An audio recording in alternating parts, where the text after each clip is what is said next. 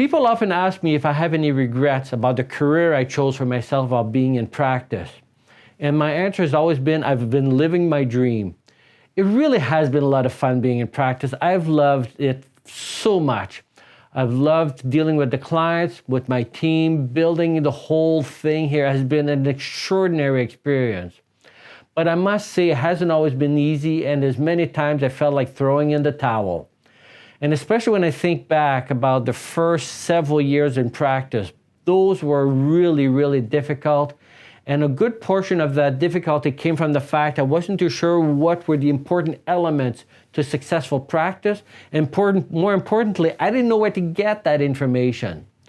So today what I'm going to do is share with you what I consider being the 10 pillars to a good, successful practice.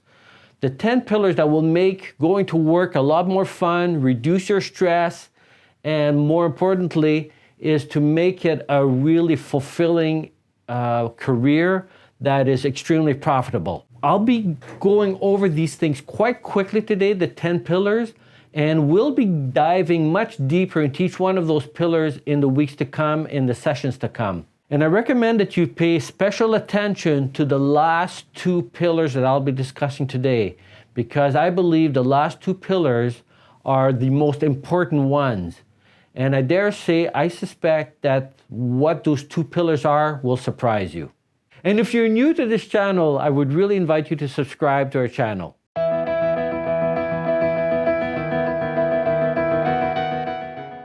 So let's get started. Pillar number one is to have the right philosophy. And what I mean by that is to develop the frame of mind that where you make learning your number one priority. You have to come in with a frame of mind that there are other people who know more about practice and how to run a practice than possibly you do. And if you can have that mindset where you're going to get these nuggets of information from everywhere that you can, from whomever you can, that will make a tremendous difference in the long-term impact of your profit, of your firm. So make learning a priority. Work harder on yourself and less on your practice, if that makes any sense. So work on what you can do to improve yourself as a person that will make you a better leader. And then finally, as far as philosophy, concentrate more on working on your practice rather than in your practice. Because I know a lot of accountants and bookkeepers who are phenomenal accountants, phenomenal bookkeepers, who really know their tax rules, but fail to operate a proper practice because they have concentrated too much on working in their practice rather than on their practice. So number two pillar is proper marketing plan. I think it is essential if you're going to build a practice that you have a marketing plan in writing that is well thought out, that really hits your target market. And I do believe that there is a little bit of a difference between marketing for an accounting practice from many other businesses. So what I'm going to be doing is going to be sharing with you over the next several weeks several ideas on how to better market your practice, and simple ideas that doesn't cost you a lot, that won't break the bank, but can make a tremendous difference on your ability to attract clients to your practice. And so a good, sound, written marketing plan is definitely one of the important pillars to a successful practice. Another important pillar of being in practice that I had to really adjust to is value billing. And this is a buzzword that's been around for many, many years, this whole value billing. But what it really boils down to is determining the value of the services that you're providing. And oftentimes we're too hard as bookkeepers and as accountants to properly evaluate the value of the services that we provide. So over the next while, I'll be sharing with you different way of looking at your own services so that you can properly value the service that you're providing. And I dare say that there's probably a very good probability that you're not charging what you're worth. And therefore, this is a fear that you need to overcome and something you need to work on. But I'm telling you, learning the value of your services is a critical element of having a good, healthy, successful, profitable practice. You got to learn to value your services properly. Another element that's so important in practice, another one of the important pillars, is time management. We have only so many hours in a year to work. And so whether you work 2,000 hours a year or less, or possibly, and I've seen some accountants and bookkeepers who will work like 3,000 hours a year. Regardless of the number of hours that you put and dedicate to your practice, it is important that you make every minute count, that you really take a look at your day and try to find out, what am I doing? How essential is it that I be doing that? And concentrate on the more important things, which really boils down to good time management. It is really critical that you learn how to manage your time better. So one of the things I would suggest that you all do is take a look at where you're spending your time and really question whether or not what you're doing right now is what you should be doing for the sake of bettering your practice. Learn those time management skills. To go right in line with the time management skills, one of the things that I strongly recommend is a good time and billing system. A software that will properly track your time in just the right amount of detail so that you can properly assess your own time as well as your whole team's time. So one of the things that most practitioners fail to really recognize is to measure each one of their team members as well as their own, their utilization and realization. So those are terms that may not be currently known by you. So what utilization is what percentage of your time are you spending charging out to clients? So if your utilization is only about 40%, that means that only 40% of your time is being charged out. So those are things that you need to measure for yourself as well as for your entire team. The second part is realization. Realization is what you are getting per hour of work that you do charge out to clients. So then you got to be able to take a look at that and evaluate whether you're getting the maximum dollars per hour that you do for chargeable work. So how do you improve utilization and realization? Well, the first thing you need is a proper software that will give you the data that you need to be able to evaluate that properly and tweak the performance of yourself and your entire team. Now, what gets really excited, or gets me excited anyways, about the proper time and billing software is the impact it can have on your bottom line. It is mind-blowing. And I've done a quick study looking at my own team, and I dare say that the proper time and billing system that we have can easily make a $30,000 to $40,000 difference per team members. And I've lived that experience many times with people I've been mentoring, where all we did is concentrate on improving their utilization and realization by a little bit, not much. And the difference it made to the bottom line was in the tens of thousands of dollars.